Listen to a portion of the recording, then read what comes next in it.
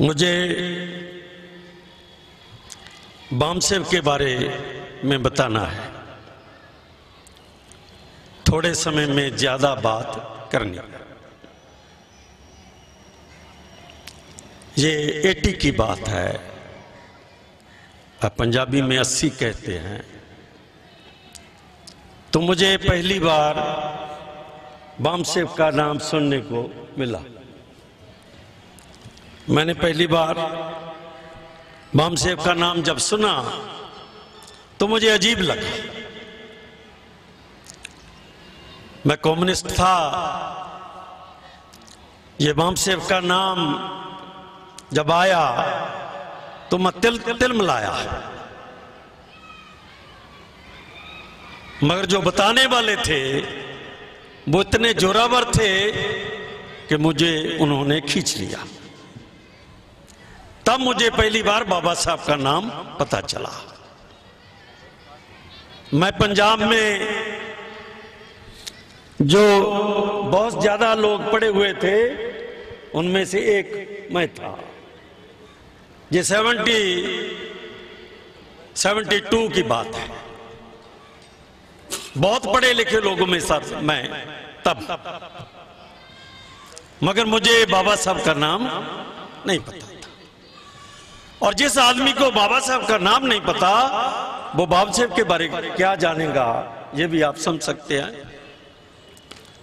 और बामसेव के बारे में मुझे 80 में हमारे पंजाब के मिशनरी साथियों ने बताया, और 82 में 82 में काशीराम जी ने मेरे घर में आकर बामसेव का केडर लिया। ये 82 की बात है। तब मुझे पता चला कि बामसेव क्या चीज है। तब मुझे चला कि मैं क्या चीज है। तब मुझे चला कि भारत क्या है। तब मुझे पता चला कि हम SC ST के OBC के लोग कौन हैं। तब मुझे समझ लगी कि हम कैसे पड़ गए। तब मुझे पता चला कि हम नौकरी पर कैसे लग गए। तब मुझे पता चला कि हमने तरक्की कैसे पा ली। तब मुझे पता चला कि कचरे से उठा लो आदमी कुर्सी पर कैसे बैठ गया। जो कचरे में रहा हजारों वर्ष तक, हजारों वर्ष कचरे में पड़ा रहा, गंदगी झेलता रहा, जीवन के हजारों दुख झेलता रहा, पीड़ा झेलता रहा, अपमान झेलता रहा। कभी स्कूल नहीं गया, कभी कॉलेज नहीं गया, कभी उसने जिंदगी का मुंह नहीं देखा। या तो अपमान देखा या गरीबी देखी। वो आदमी कैसे पढ़ने लगा, कैसे नौकरी पर आया, और कैसे वो IAS बन गया। और IAS बनने के बाद भी इस देश के दलित आदमी को इस्तीफा देना पड़ा। ये बलवंत सिंह के नाम के आदमी पंजाब के, उनको इस्तीफा देना पड़ा। ये बात मुझे 82 में समझ लगी। और उसके बाद ये बामसेव के बारे में पूरी जानकारी मिली। आज से 40 वर्ष पहले महाराष्ट्र में एक हंगामा हुआ, और उस हंगामे में 3 आदमी आगे आए। 3 आदमियों का नाम है पंजाब से काशीराम जो चमार थे, महाराष्ट्र से खपड़े साहब जो शायद महार थे, और राजस्थान से दीना भाना जी जो वाल्मीकि थे। ये 3 आदमी 40 वर्ष पहले समाज के सामने आ गए। बात कैसे बनी, इतिहास कैसे बना, ये लंबी बात है। लड़ाई चली और काशीराम जी को पहली बार 40 वर्ष पहले जात पात का बीज नाश पुस्तक पढ़ने के बाद बाबा साहब के बारे में पता चला। हम जब देश में फैल गए थे, हम बड़ी बड़ी कुर्सियों पर बैठ गए थे, हम कोठी कार बंगले वाले बन गए थे, हम कचरे में पड़े रहने वाले लोग जब अच्छा खाना लगे थे, अच्छा पहनने लगे थे, अच्छा जीने लगे थे, तब 40 वर्ष पहले कांशीराम जी को बाबा साहब के बारे में पता चला। और वो तीनों आदमी, उन्होंने जो मूवमेंट खड़ी की, जो लहर खड़ी की, उसका नाम वामसेव है। और वामसेव का अर्थ क्या है? इस देश के मूलवासी। इस देश के मूलवासी का क्या अर्थ है? कि यहां कोई विदेशी भी है। इसका अर्थ यह है, अगर हम मूलवासी हैं तो कोई विदेशी भी है। इस देश में पहली बार ज्योतिराव फूले की बात जो 1848 में उन्होंने कही, वो 40 वर्ष पहले हमारे सामने आई कि जहां कोई मूलवासी भी है और कुछ लोग विदेशी भी हैं। यहां से वामसेव का निकास हुआ और तब संविधान से निकला SC ST OBC का आदमी।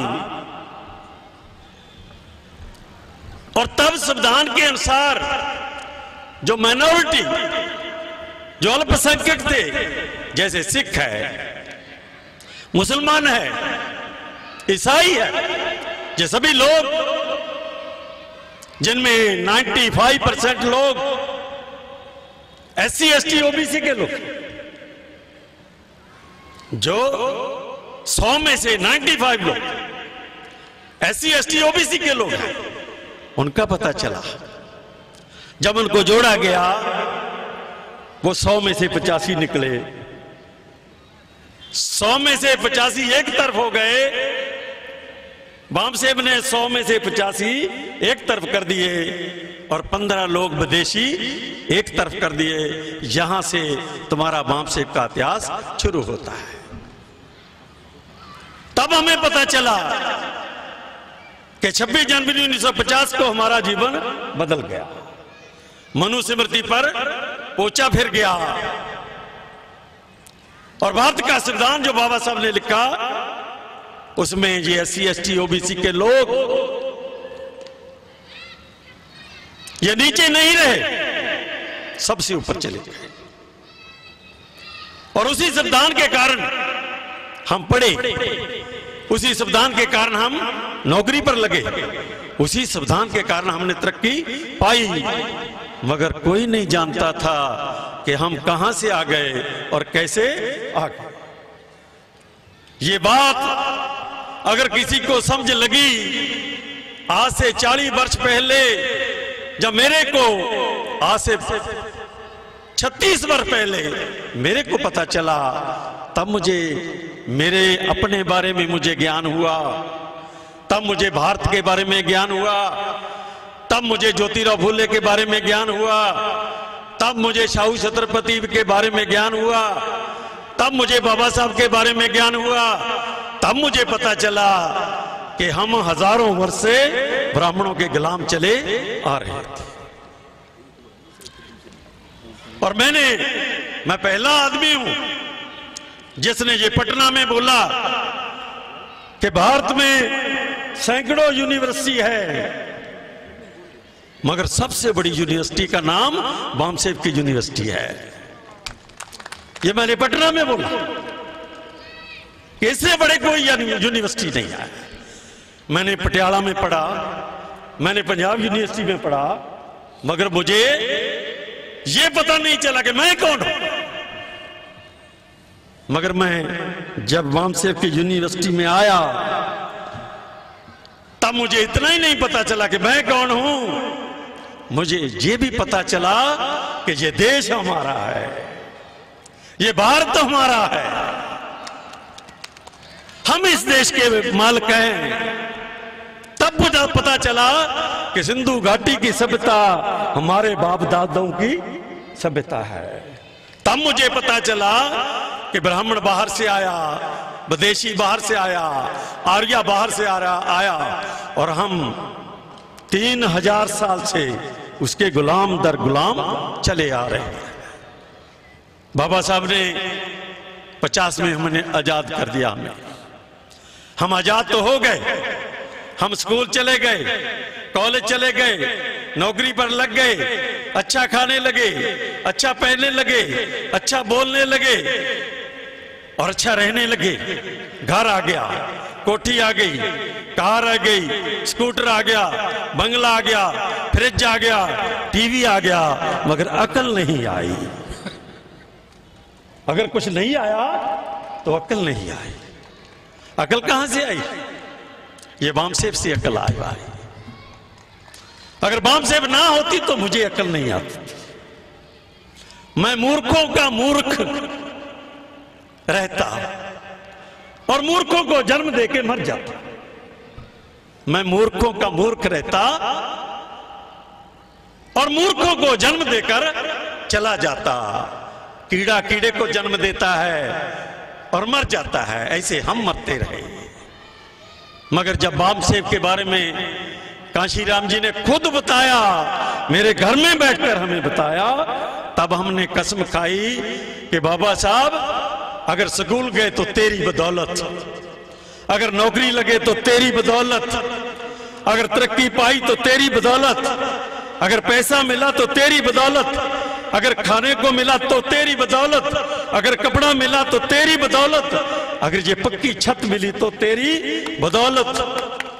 और आज से बाबा तेरे से प्रण करते हैं कि पूरा जीवन तुम्हारे मिशन के लिए लगाएंगे। आज 35-36 वर्ष हो गए, हमने पीछे मुड़ के कभी नहीं देखा। ये है बामसेब, इसका अर्थ है बामसेब। और इस देश में जो परिवर्तन नजर आ रहा है, जो पूरी दुनिया में परिवर्तन नजर आ रहा है, अगर तुम सोशल मीडिया पर देखोगे तो बहुत बड़ा परिवर्तन नजर आता है। ये बामसेब की बदौलत है। मुझे कहा गया, बच्चन साहब ने कहा कि मुझे थोड़ा बामसेब पर बोलना है। मैंने थोड़ी बातों में आपको यह बताया है कि बामसेब क्या चीज है। अगर मुझे बोलना हो अकेली बामसेब पर तो मैं 3-4 दिन लगातार बोल सकता हूं, क्योंकि मैंने बामसेब जिया है, बामसेब को जिया है मैंने। मैं कल भी बामसेब का आदमी था, आज भी बामसेब का आदमी हूं, और जब मरूंगा तब भी बामसेब का आदमी रहूंगा। इसका मतलब क्या है कि मुझे आज भी बामसेब के मिशन का काम करना है। और जब तक नहीं, मुझे मरने की जरूरत नहीं है। अरे मैं क्यों मरूंगा? बोलो मैं क्यों मरूं भाई? अरे मुझे एक तो जीवन मिला है, क्यों मरूं भाई? अरे खुदा आ भी जाए तो भी नहीं मरूंगा। तो मेरा मतलब क्या है कि इस बामसेब का मिशन इस देश को ब्राह्मण से आजाद कराना है। यही बामसेब का मकसद था और यही है और यही रहेगा, तब तक रहेगा जब तक हम आजाद नहीं हो जाते। इन शब्दों के साथ आपका धन्यवाद कि आपने मुझे सुना। जय भीम, जय भारत, नमो बुद्धा, जय मूलवासी।